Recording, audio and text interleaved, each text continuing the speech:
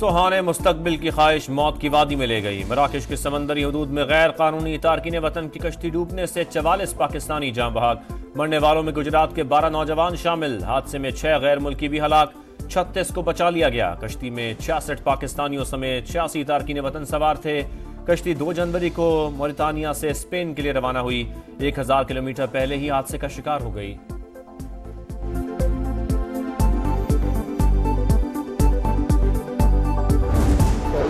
इंसानी स्मगलर्स ने तारकीन वतन को कत्ल करके समंदर में फेंका। हथौड़ों और चाकू से मारा गया। जिंदा बच जाने वाले नौजवानों के लर्जाखेज इंकशाफात, टेलीफोनिक गुफ्तगू में जुल्म की दास्तान सुना दी। गुजरात के 2 नौजवान सुफियान और आतिफ 4 माह पहले यूरोप के लिए रवाना हुए थे। अहले खाना गम से निढाल, लाशें वतन लाने की अपील। गुज़िश्ता माह भी यूनान कश्ती हादसे में 49 पाकिस्तानी जिंदगी की बाजी हार गए थे। 10 लाशें समंदर से निकाली गईं। 2 पाकिस्तानी हैं। हतमी तादाद का बताना कबल अज़ वक्त होगा। मराकश के हुकाम ने अब तक 35 बचने वालों के नाम शेयर किए। कुछ पाकिस्तानियों को कत्ल करने की भी इतलात हैं। मराकश में पाकिस्तान की कायम मकाम सफ़ीर राबिया कसूरी के समात से गुफ्तगू।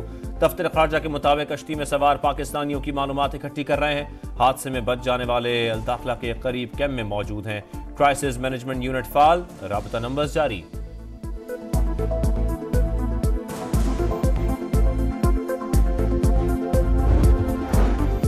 सदर मुमलिकत और वजीर आजम का कश्ती हादसे पर इजहार अफसोस। आसिफ अली जरदारी का इंसानी स्मगलिंग की रोकथाम के लिए मुअस्सर इकदाम की जरूरत पर जोर।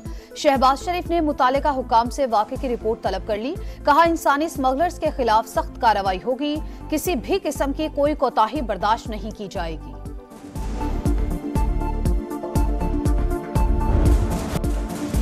190 मिलियन पाउंड रेफरेंस में बानी पीटीआई को सजा मिलेगी या नहीं? सब नजरें इस्लामाबाद की एहतसाब अदालत पर। फैसला आज सुनाया जाएगा।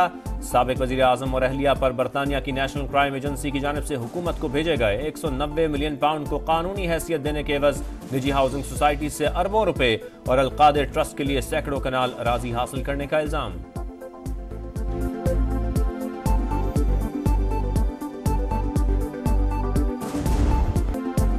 सियासी इस्तेहकाम के लिए हुकूमत और पीटीआई की तीसरी निशिस्त। तहरीक इंसाफ का तहरीरी चार्टर ऑफ डिमांड पेश। 9 मई और 26 नवंबर वाकयात पर 2 इंक्वायरी कमीशन बनाने का मुतालबा। पेशरफ्त के लिए 7 रोज की डेडलाइन। चीफ जस्टिस की सरबराही या 3 जजेस पर मुश्तमिल कमीशन बनाया जाए। कमीशन 9 मई वाकयात और बानी पीटीआई की गिरफ्तारी की तहकीकात करे। गिरफ्तारी के बाद के वाकयात की वीडियोज का जायजा लिया जाए। कमीशन एक फर्द के खिलाफ मुतादिद एफआईआर के इंदराज को भी देखे। इंटरनेट की बंदिश और इससे हुए नुकसानात के जिम्मेदारों का तयन किया जाए। मुज़ाकरात का एलामिया जारी। बानी पीटीआई से अगले 5 रोज में मुलाकात कराने की यकीन दहानी। मुज़ाकरात दुरुस्त समत में जा रहे हैं। किसी को तशवीश नहीं होनी चाहिए। स्पीकर कौमी असम्बली अयाज सादिक पुरुमीद।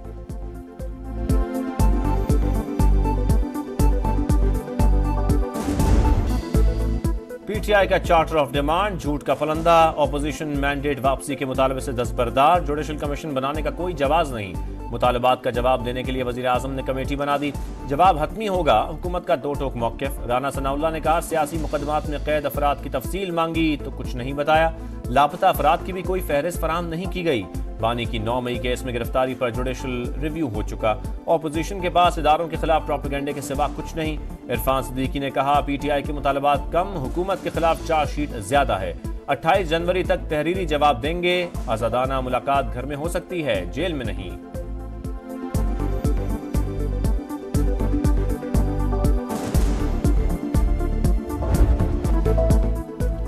हुकूमती प्रेस कॉन्फ्रेंस मुज़ाकरात से फरार का बहाना। राना सनाउल्लाह की बातों का हकायक से कोई ताल्लुक नहीं। हुकूमत सबूत मांगने का फोरम नहीं। असीरान का नाम लिखकर देने का कहा गया ताकि बाद में एनआरओ कहा जाए। साहिबजादा हामिद रजा का जवाब। सियासी बहरान से निकलने के लिए हुकूमत के पास मौका। देखते हैं संजीदगी दिखाते हैं या नहीं। असद कैसर की गुफ्तगू। उमर अयूब बोले, हुकूमत 7 रोज में मुतालबात का तहरीरी जवाब देने की पाबंद है। आजादाना माहौल में बानी पीटीआई से मुलाकात चाहते हैं।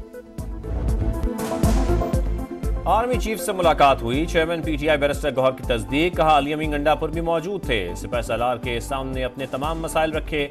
मुस्बत जवाब मिला। कुछ चीजें ना बताने के पाबंद हैं। मुल्की इस्तेहकाम के हवाले से तमाम उमूर पर बात हुई। उम्मीद है अब सूरत हाल बेहतर हो जाएगी। बानी पीटीआई की इजाजत से मुलाकात को ओपन किया। उनका कहना है बातचीत के लिए हमारे दरवाजे खुले हैं। वजीर आला खैबर पख्तूनख्वा का कहना है 1-on-1 मुलाकात की तफसीलात नहीं बता सकते। अदालतों से बानी पीटीआई की रिहाई चाहते हैं।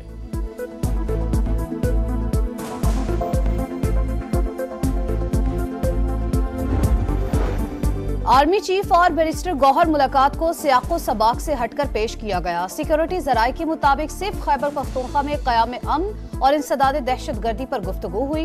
बैरिस्टर गौहर ने सियासी मामलात पर बात करने की कोशिश की, उन्हें जवाब दिया गया सियासी बात सियासतदानों से करें। अमन अमान पर बातचीत को सियासी रंग देना अफसोसनाक है। सियासत के लिए बच्चों को गलत रास्ता दिखाया गया। आज वही लोग इन बच्चों को जेलों में पूछने नहीं आते। कैदोबंद की सोबतें बर्दाश्त की, लेकिन कभी किसी को जलाओ घिराव का नहीं कहा, कभी इंतकामी सियासत का नहीं सोचा। मरियम नवाज की गरज बरस, कहा तलबा किसी के लिए अपनी जिंदगी खतरे में न डालें। आपको तोड़ फोड़ का नहीं तामीर का रास्ता दिखाना है। लाहौर में आसान कारोबार फाइनेंस और आसान कारोबार कार्ड का इफ्तिताह, 3 करोड़ तक बिलासूद कर्जा फराहम करने का ऐलान।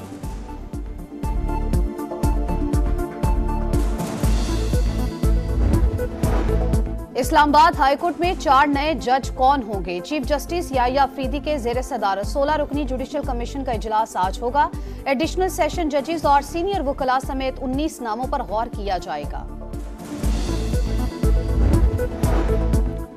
जिला कुर्रम में सामान ले जाने वाले काफिले पर दहशतगर्दों का हमला, फायरिंग से सिक्योरिटी एहलकार शहीद, 4 जख्मी, 23 गाड़ियों को नुकसान पहुंचा। जवाबी कार्रवाई में 6 दहशतगर्द मारे गए, 10 जख्मी। रास्तों की बंदिश के बायस 100 से ज्यादा देहात को सप्लाई मुअत्तल।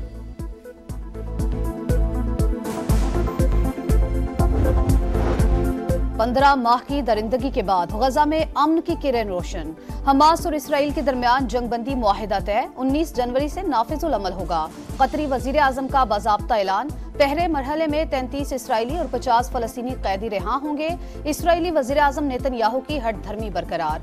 मुआहिदा तय पाने के बावजूद इसराइली काबीना में वोटिंग को रोक दिया।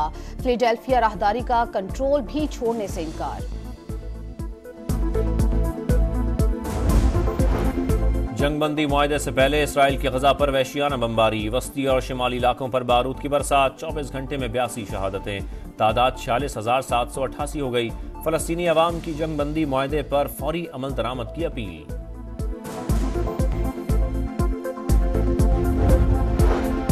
भारत में मुसलमान अदाकार गैर महफूज अदाकार सैफ अली खान चाकू हमले में जख्मी। पुलिस ने हमलावर की तस्वीर जारी कर दी। गार्ड समेत 4 अफराद जेरे हिरासत। इससे पहले बॉलीवुड स्टार शाहरुख खान और सलमान खान को भी कत्ल की धमकियां मिल चुकी। असदुद्दीन अवैसी की अदाकार सैफ अली खान पर हमले की मजम्मत।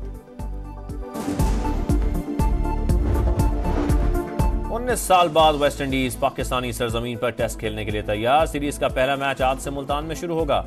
फर्स्ट क्लास के triple century maker Mohammad Huraira debut करेंगे। प्लेइंग 11 में कामरान गुलाम भी शामिल। खुरम शहजाद वाहिद फास्ट बॉलर। शाहीनों का फोटो सेशन।